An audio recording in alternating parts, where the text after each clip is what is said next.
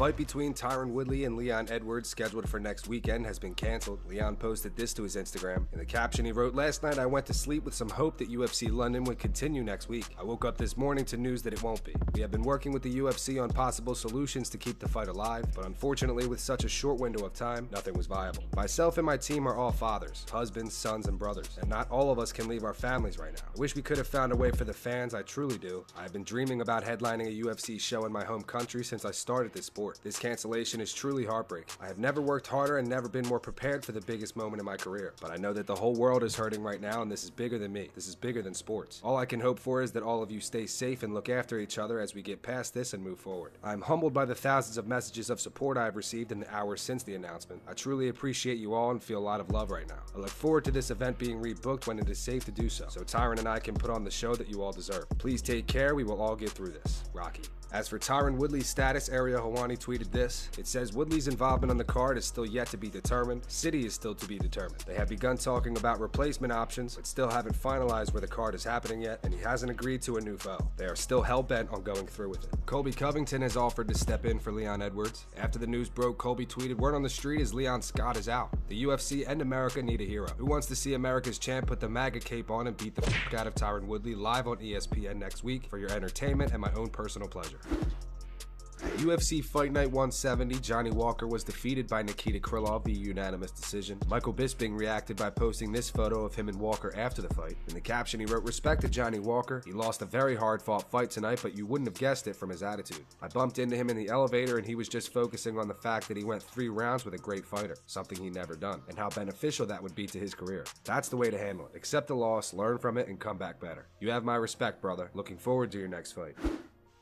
Kevin Lee, in a recent interview, reacts to his loss to Charles Oliveira. He said that he tried to take control of the fight and choked himself out. Speaking to MMA Fighting, he went on to say, I got choked, so I don't know. The fight was going good, I just got choked. That's all I really can't put it on anything else but that. The first 2 rounds I felt like I stuck to the game plan, then I sat in my corner before the third and I told them I was going to switch up the game plan. And looking back on it, I admit that was the wrong move. I tried to take control of the fight instead of just trying to let the fight happen, so I choked myself out. I think lightweight is still my home. I just have to fine-tune some things, but I'm going to take a long time. I kind of rushed into this fight. It will probably be a good minute before you all see me again. It will probably be a few years or so. Joanna Jędrzejczyk gives an update 1 week after her fight with Zhang Weili. Hello guys, made it home. I'm in Poland. It's almost 2 a.m. Happy to be back home. I took a long shower. I unpacked some stuff. Now I'm having a small home spa. It's a mud mask. Of course, I'm still having so many bruises on my face, on my chest. The swelling went down, but I feel better. So we good. About to go to sleep. I cannot wait to enjoy my family and friends. But be safe, guys. Okay, be safe. Valentina Shevchenko on Ariel Helwani's MMA show speaks on her next fight with Joanne Calderwood. She says that she has a good style and doesn't care who she fights next and is ready for anyone. Of course, when they brought up the name of Jojo, I knew that because I was offering before this one opportunity to fight her, and I was ready to take this fight. So yeah, I think she's good. She has good style. She's an MMA fighter, and as I said, I don't care who fight next. Yes. I'm ready for anyone.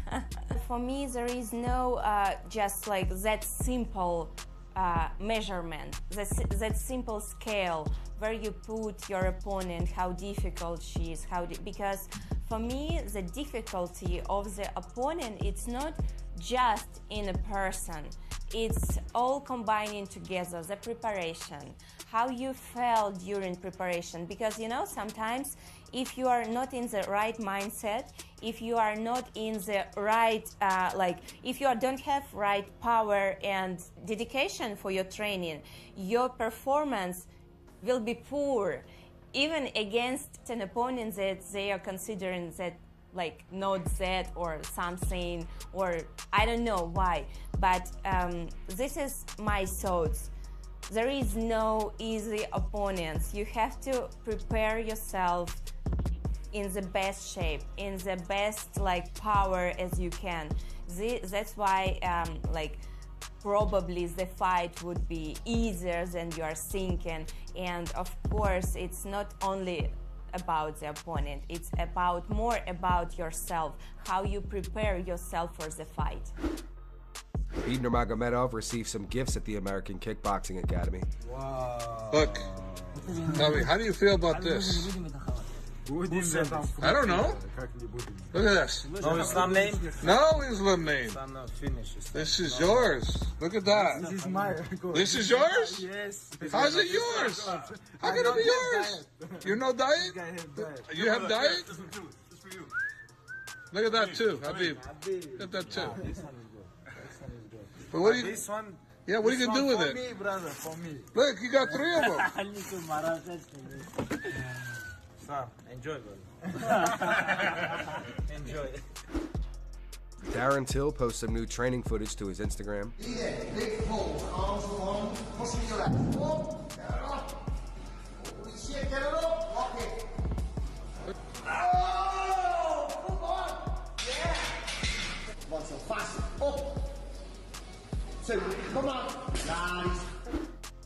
Ray Longo on the Anakin Florian podcast speaks on Zhang Weili's victory over Joanna Jędrzejczyk. He says that it was a close fight, but believes Joanna won. I thought she was breaking her by the end of the second round, and it looked like the girl was confused. Like, she's normally, like the bully in there, and this time it just wasn't happening. Joanna, and I agree with Kenny, should have been maybe a little more side-to-side movement. Like, I think Nama Yunus will give her a fit if she fights her, but she was able to stay in front of her, and she was, I think, a little quicker, not as strong, but she did push that fight forward. I thought she controlled the dance, and I do think Weili came back unbelievable in the 5th round and showed really had to dig down deep. But I got to tell you, at the end of the fight, I thought Joanna, I thought they owed it to her as a former champion with that performance. I thought she won that fight. And it was close. It was a great fight. Obviously, again, I agree, Hall of Fame fight. That I certainly was on the edge of my couch, going crazy. But just a great fight for the fans, and I think because of that fight, it highlights what a stinker the other fight was. And I know there'll be some controversy over that, but. Matt Serra on UFC Unfiltered speaks on Israel Adesanya versus Yoel Romero. He says that his next fight with Paulo Costa will be very different. If you look at Adesanya's prior fights, when he fought like Robert Whittaker, Brunson, when he fought Brunson, when he fought who am I thinking Gastelum? of? Oh, Gastelum. Yeah. Oh, of course. Because when guys are bringing it to him, it brings out. That's right. He's ferocious. So, you've seen something similar when he fought Anderson Silva, matter of fact. It was more of something similar. They're feeling each other out. They're doing a little something where Anderson Silva wasn't going in there trying to destroy him. He plays the counter fighter too. So, I do agree with this when it comes down to his next fight, which should be Costa. I feel that's going to be a different fight. Much different. Because Costa's going to be looking... The reason why Costa Romero was so devastating was Costa would try to take his fucking head off. And Romero could counter because he was right there, sure. But that's how I think Costa's going to go in with such lack of respect for Adesanya. Just trying to destroy the skinny guy.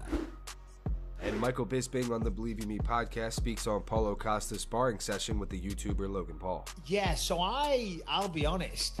I got sucked in because some journalists shared the entire video.